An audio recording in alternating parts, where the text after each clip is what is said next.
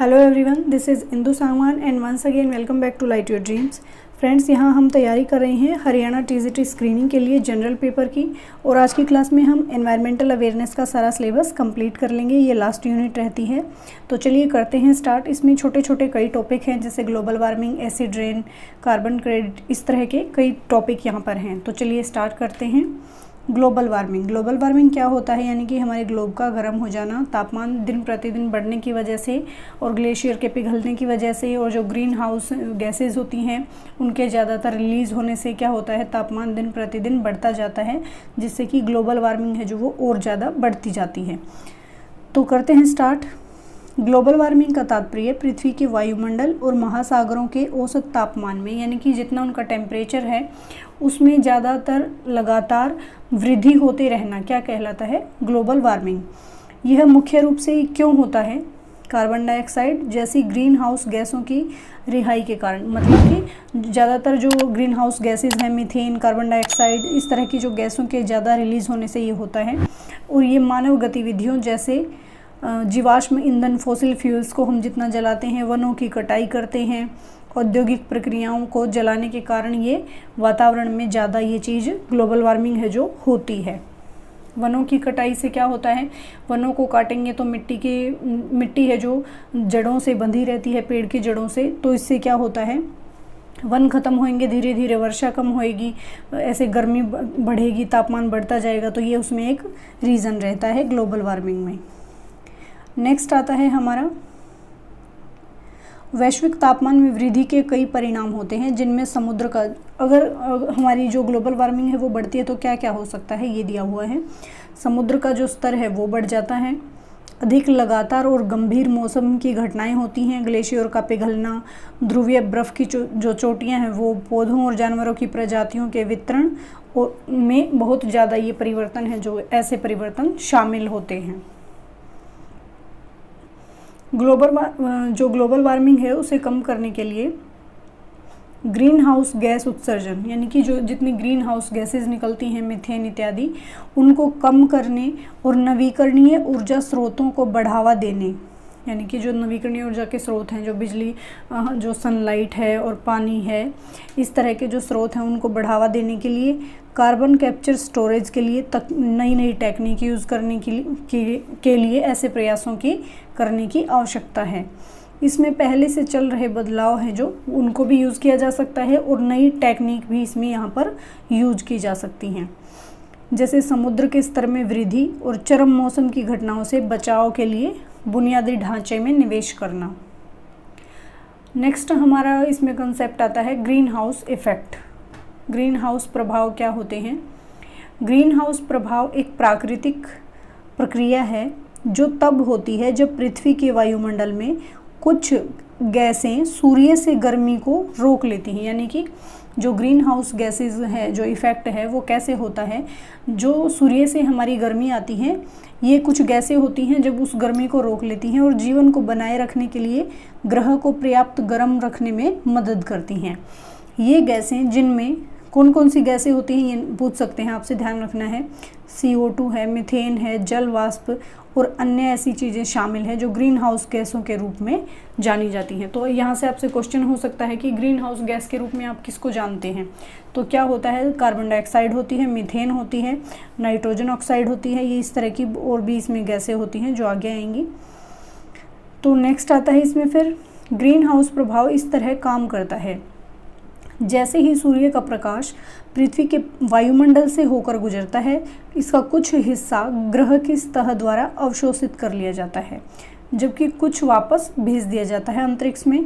और वातावरण में ग्रीन हाउस गैस पृथ्वी की सतह से निकलने वाली कुछ ऊष्मा को जो है रोक लेती है, जिससे यह अंतरिक्ष में जाने से बच जाती है। यह ग्रह के तापमान को नियंत्रित करने और इसे जीवन के लिए उपयुक्त सीमा के भीतर रखने में हमारी मदद करता है। हालांकि जीवाश्म ईंधन है, जो जितने भी हमारे फॉसिल फ्यूल्स हैं, उनके जलने से मानवीय गतिविधियों के कारण वातावरण में ग्रीन हाउस गैसों की जो मात्रा है उसमें बहुत ज़्यादा वृद्धि हुई है, वो बढ़ी है, जिनसे ग्रीन हाउस प्रभाव में क्या हुआ है, वृद्धि हुई है, जो कि हमारे लिए सही नहीं है। इसके परिणाम स्वरूप क्या हुआ है, पृथ्वी की सतह और वातावरण का गर्म होना और ज़्यादा बढ़ गया है। तो यही क्या कहा जाता है? Global warming. इसी को हम ग्लोबल वार्मिंग के रूप में जानते हैं। ग्लोबल वार्मिंग के प्रभाव में समुद्र का स्तर बढ़ना, अधिक लगातार और गंभीर मौसम की घटनाएं होना, इस तरह के परिवर्तन शामिल हैं। नेक्स्ट आता है इसमें ग्रीन हाउस गैस उत्सर्जन को कम करने के लिए और ग्लोबल वार्मिंग के प्रभाव को कम करने के प्रयास लगातार किए जा रहे हैं। और इसमें ऐसे प्रयास हैं जो शामिल हैं जिनमें हम नवीकरणीय ऊर्जा स्रोतों में बदलाव करें, ऊर्जा दक्षता में सुधार करें, यानी जितनी हमें ज़रूरत है उतनी ही एनर्जी का, ऊर्जा का हम यूज़ करें। कृषि और अन्य उद्योगों में टिकाऊ प्रथाओं को अपनाया जाए। ये इस तरह के जो उपयोग हैं यहाँ पर शामिल हैं। इससे नेक्स्ट पॉइंट आता है हमारा depletion of ozone layer, ozone परत का क्षरण, यानी कि ओजोन परत का कम होना, ख़त्म होना, विनाश होना या उसमें कमी आना, आप इसको कह सकते हैं। ओजोन परत है जो पृथ्वी के, ये सबसे पहले ये भी पूछा जाता है, आपको ये ध्यान रखना चाहिए कि ओजोन परत है कहाँ पाई जाती है? पृथ्वी के समताप मंडल में एक क्षेत्र है जिसमें ओजोन है जो वो पाई जाती है, यानी कि समताप मंडल में ओजोन पाई जाती है, जिसमें क्या होता है? ओजोन अणुओं की उच्च सांद्रता, यानी कि हाई सैलिनिटी इनकी होती है यहाँ पर। यह परत सूर्य से, ये आप बचपन से ही पढ़ते आए हैं, पता ही है आपको कि ओजोन परत है जो सूर्य से आने वाली पराबैंगनी विकिरण है जो उनको अवशोषित कर लेती है और पृथ्वी पर जो हमारे तक उनको पहुंचने में मदद करती है और हमारे जीवन की रक्षा करती है, ओजोन लेयर। नेक्स्ट इसमें आता है ओजोन परत का क्षरण एक ऐसी घटना है जो 1970 के दशक से हो रही है, यानी कि लगातार जो ओजोन परत है वो उसकी कमी होती जा रही है, उसका विनाश होता जा रहा है, क्षरण होता जा रहा है। ओजोन परत पृथ्वी के वायुमंडल में ओजोन गैस की एक परत है जो सूर्य से आने वाली अधिकांश हानिकारक पराबैंगनी विकिरण को अवशोषित करती है। हालांकि कुछ मानव निर्मित जो रसायन हैं, केमिकल हैं, जैसे CFC क्लोरोफ्लोरोकार्बन है, ओजोन अणुओं के टूटने का कारण पाए गए हैं, जिससे ओजोन परत की मोटाई और घनत्व में कमी आई है। ओजोन परत की कमी के कई जो है नेगेटिव इफ़ेक्ट हमें देखने को मिले हैं, जिनमें क्या होता है? एक स्किन कैंसर है जो वो इससे होता है, मोतियाबिंद है, और मनुष्य में अन्य स्वास्थ्य समस्याओं की बढ़ती घटनाओं के साथ साथ फसलों पर भी इसका बुरा असर पड़ता है। जो हमारे समुद्री जीव हैं, जितने भी मरीन लाइफ है, उन पर भी इसका बुरा असर पड़ता है, पारिस्थितिकी तंत्र को ये नुकसान करती है। तो इस तरह से ये चीज़ें यहाँ पर हमारे लिए सही नहीं रहती हैं। ओजोन परत की कमी को दूर करने के लिए अंतर्राष्ट्रीय समुदाय 1987 में, ये आपको ध्यान रखना है, मॉन्ट्रियल प्रोटोकॉल पर हस्ताक्षर कब हुए थे? ये आपको ध्यान रखना है। अंतर्राष्ट्रीय समुदाय में 1987 में मॉन्ट्रियल प्रोटोकॉल पर हस्ताक्षर करने के लिए एक साथ आगे आए थे, जिसने जो क्लोरोफ्लोरोकार्बन है और अन्य ओजोन क्षयकारी, यानी कि जो ओजोन को कम करने में अपना हाथ, उसमें अपना सहयोग देते हैं, ऐसे पदार्थों के उत्पादन और खपत को चरणबद्ध किया था। इन पदार्थों के उपयोग को कम करने में मॉन्ट्रियल जो प्रोटोकॉल है वो बहुत सफल रहा था और ओजोन परत धीरे धीरे ठीक हो रही है। हालांकि ओजोन परत को पूरी तरह से बहाल करने में, कोई नकारात्मक प्रभाव को कम करने के लिए निरंतर और भी ज़्यादा प्रयासों की यहाँ हमें आवश्यकता है। नेक्स्ट आता है हमारा एसिड रेन, अम्लीय वर्षा जिसको आप कहते हैं। अम्लीय वर्षा क्या होती है? अम्लीय वर्षा एक प्रकार का पर्यावरण प्रदूषण ही है। ये जब होता है जब हम वातावरण में अम्लीय पदार्थ होते हैं, जैसे सल्फर डाइऑक्साइड है, नाइट्रोजन ऑक्साइड है, जलवाष्प हैं, या फिर अन्य कुछ जो प्रदूषित कण हैं, वो एक साथ मिलकर अम्लीय वर्षा की बूंदों के रूप में निर्माण कर देते हैं। और जो ये बूंदें हैं क्या किस किस रूप में हमारे तक पहुंच सकती हैं? ये हमें बारिश के रूप में, या धूल के रूप में, कोहरे के रूप में, या फिर बर्फ़ के रूप में ज़मीन पर गिर सकती हैं, जिससे क्या होती है? ये अम्लीय वर्षा कहलाती है। नेक्स्ट आता है अम्लीय वर्षा पर्यावरण और मानव स्वास्थ्य पर हानिकारक प्रभाव डालती है। बिल्कुल, यह जंगल, झीलों और नदियों को नुकसान पहुंचा सकती है। जितने भी मरीन लाइफ के जानवर हैं, मरीन लाइफ है, जो भी पेड़ पौधे हैं, मछली हैं, जीव जंतु हैं, और जो वन्य जीव है, उनको भी ये नुकसान पहुंचाती है। यह यहाँ तक कि ये और क्या करती है, जो भी हमारी इमारतें हैं, पत्थर या धातु से बनी हुई हैं, उनको भी ये क्या करती है, जंग लगा देती है। एसिड रेन जो इतनी खतरनाक होती है। अम्लीय वर्षा के प्राथमिक स्रोत गतिविधियां हैं, जैसे कि जो फॉसिल फ्यूल्स हैं उनको जलाना, औद्योगिक प्रक्रियाएं और परिवहन। ज्वालामुखी विस्फोट या फिर सल्फर और नाइट्रोजन यौगिकों को अन्य प्राकृतिक स्रोतों के कारण भी अम्लीय वर्षा स्वाभाविक रूप से हो सकती है।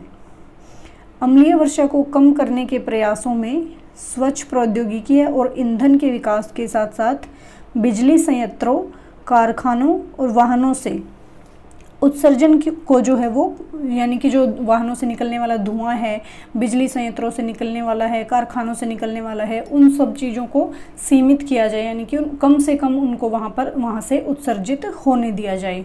अम्लीय वर्षा के प्रभाव को झीलों और धाराओं को चूना लगाने, अम्ल प्रतिरोध फसलों को लगाने, यानी कि ऐसी फसलें लगाई जाए जिन पर अम्लीय वर्षा का असर न पड़े, निर्माण सामग्री का उपयोग करने के माध्यम से इनको कम किया जा सकता है। फिर नेक्स्ट इसमें आता है हमारा इको फ्रेंडली मटेरियल्स, पर्यावरण के अनुकूल सामग्री। पर्यावरण के अनुकूल सामग्री यानी कि जिससे पर्यावरण को नुकसान ना हो, जो इको फ्रेंडली चीज़ें होती हैं वो सारी यहाँ पर आती हैं। पर्यावरण के अनुकूल सामग्री ऐसी सामग्री है जो उत्पादित, संसाधित और उपयोग की जाती है। इसमें जिसका पर्यावरण पर न्यूनतम यानी कि कम से कम नकारात्मक प्रभाव पड़ता है।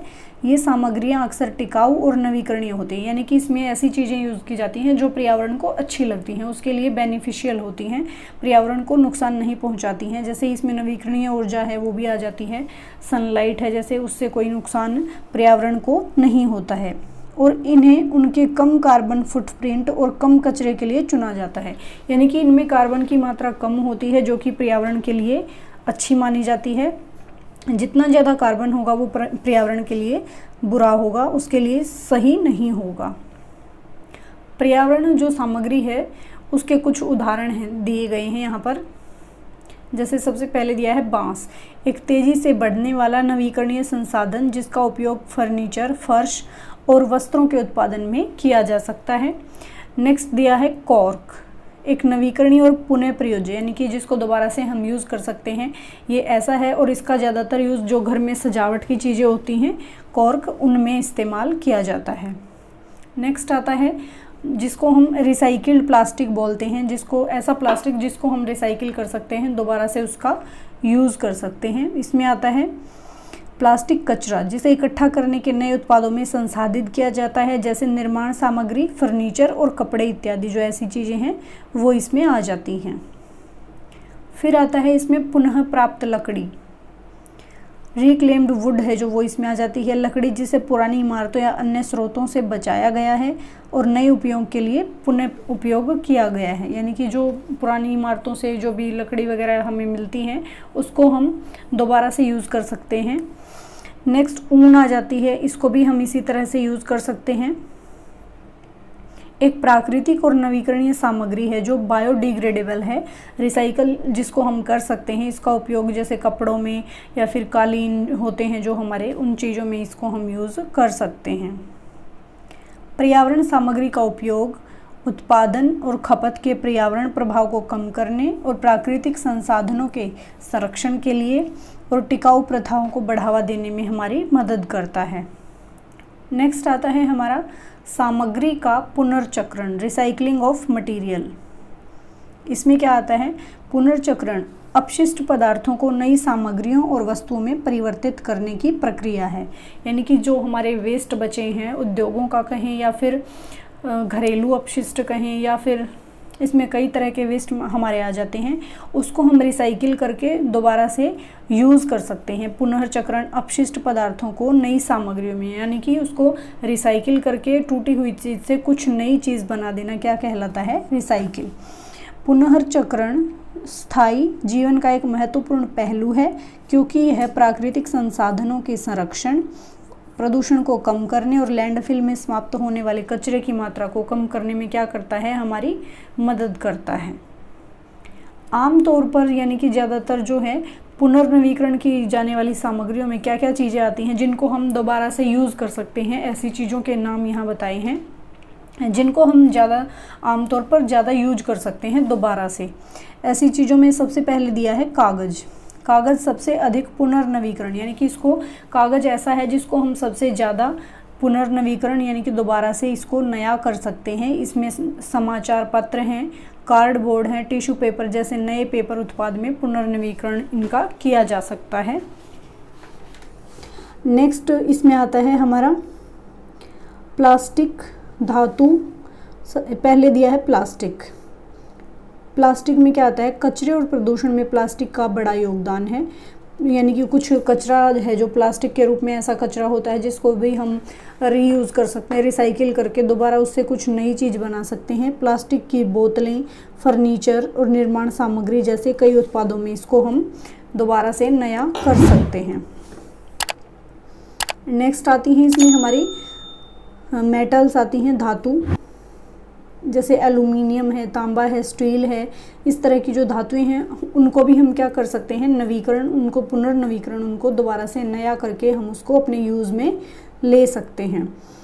नेक्स्ट आता है ग्लास। ग्लास एक अत्यधिक रिसाइकिल करने योग्य सामग्री है जिसे पिघला कर नए ग्लास उत्पादों में बनाया जा सकता है। यानी कि ग्लास जो एक बार ख़राब हो जाने पर उसे हम मेल्ट कर देते हैं, पिघला देते हैं, दोबारा से उस ग्लास के नए उत्पाद बनाए जा सकते हैं।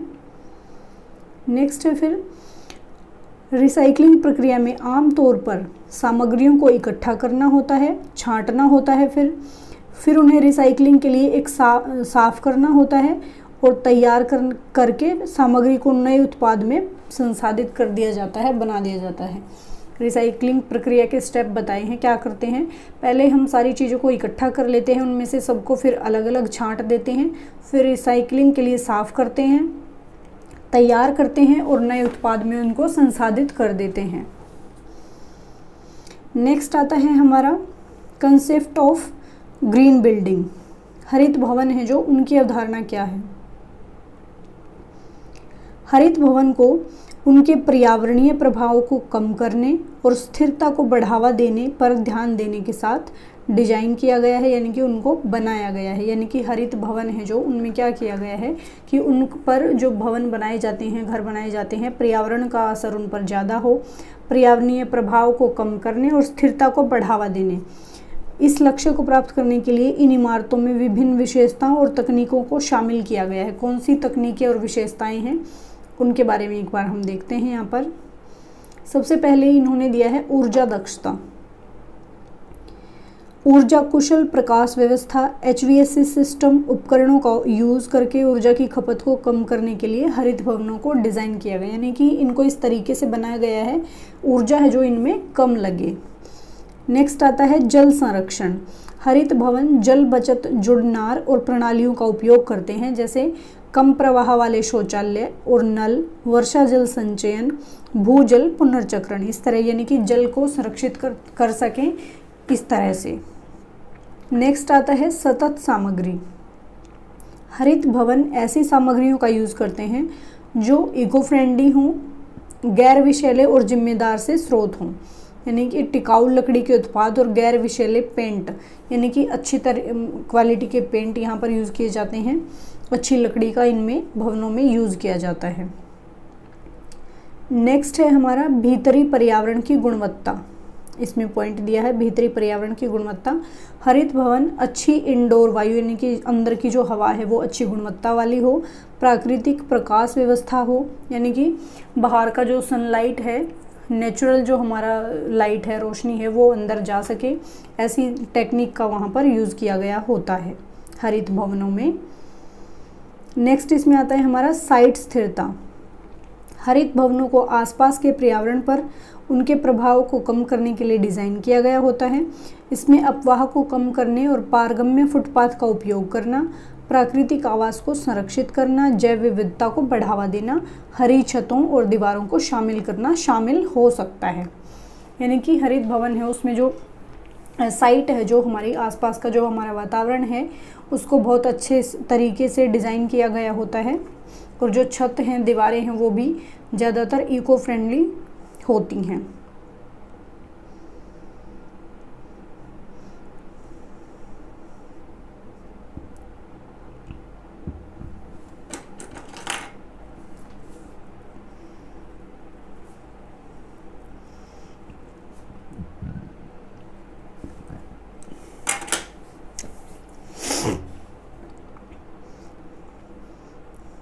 नेक्स्ट है, हरित भवनों का लक्ष्य क्या है? टिकाऊ, स्वस्थ और कुशल स्थान बनाना, पर्यावरण पर इमारतों के प्रभाव को कम करते हुए रहने वालों की भलाई को बढ़ाना है। अब इसमें हमारा नेक्स्ट आता है concept of carbon credit. Carbon credit किसे कहते हैं? कार्बन क्रेडिट की क्या अवधारणा है? कार्बन क्रेडिट कार्बन डाइऑक्साइड और अन्य जो ग्रीन हाउस गैसेज होती हैं, मीथेन इत्यादि, उनके गैसों के उत्सर्जन के अधिकार के लिए बाजार बनाकर ग्रीन हाउस गैस उत्सर्जन को, यानी कि जो ग्रीन हाउस गैसेज हैं उनको रिलीज होना कम करने का एक तरीका है।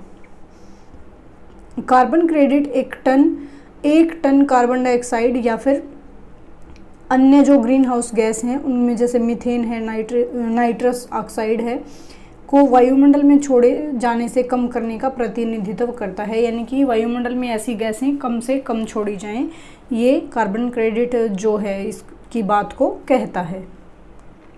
कंपनियां हैं जैसे या जो संगठन हैं वो ग्रीन हाउस गैसों का उत्सर्जन करते हैं, वे अपने उत्सर्जन को ऑफसेट करने के तरीके के रूप में कार्बन क्रेडिट खरीद सकते हैं और उन परियोजनाओं के द्वारा जो ग्रीन हाउस गैस उत्सर्जन है उसको कम करते हैं या फिर बिल्कुल टाल देते हैं। जैसे नवीकरणीय ऊर्जा परियोजनाएं हैं, ऊर्जा दक्षता के जो तरीके हैं, ऊर्जा को बचाने के, वन संरक्षण करने के, इन चीज़ों को वो प्रमाणित करते हैं और मॉनिटर करते हैं और ये सुनिश्चित किया जाता है कि वास्तव में उत्सर्जन है जो ग्रीन हाउस गैस का जो वो है वो उत्सर्जन उसको कम कर रहे हों। नेक्स्ट इसमें पॉइंट आता है हमारा, कार्बन क्रेडिट खरीद कर जो कंपनियां हैं वो क्या करती हैं? स्थायी परियोजनाओं का, जो एक जगह ही लगा दी जाती हैं, ऐसी परियोजनाओं का समर्थन करते हुए उत्सर्जन में कमी के लक्ष्य को, यानी कि ग्रीन हाउस गैसेस का उत्सर्जन कम किया जाए, ऐसे लक्ष्य बनाकर उनको पूरा करती हैं। समग्र जो फुटप्रिंट है, कार्बन फुटप्रिंट को कम करने में मदद करती है। यदि कार्बन की मात्रा कम होगी तो वो वातावरण के लिए हानिकारक नहीं होगा, तो ऐसे कार्बन फुटप्रिंट को कम करती हैं। तो यही यहाँ पर दिया हुआ है इसमें। नेक्स्ट आता है इसमें कार्बन पदचिन्ह की अवधारणा, कंसेप्ट ऑफ कार्बन फुटप्रिंट। इसमें क्या होता है? इसका मतलब है कि जो ग्रीन हाउस गैस हैं वो कितना उत्सर्जन करती हैं, इसमें कार्बन का जो फुटप्रिंट है वो देखा जाता है।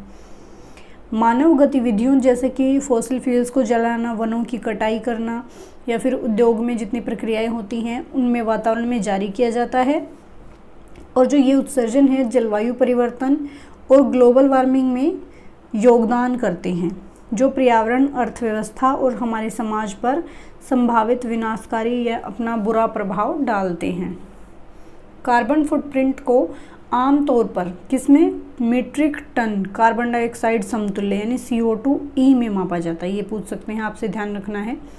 मीट्रिक टन कार्बन डाइऑक्साइड समतुल्य, जो मीथेन और नाइट्रस ऑक्साइड जैसी अन्य ग्रीन हाउस गैसों को ग्लोबल वार्मिंग क्षमता को ध्यान में रखता है।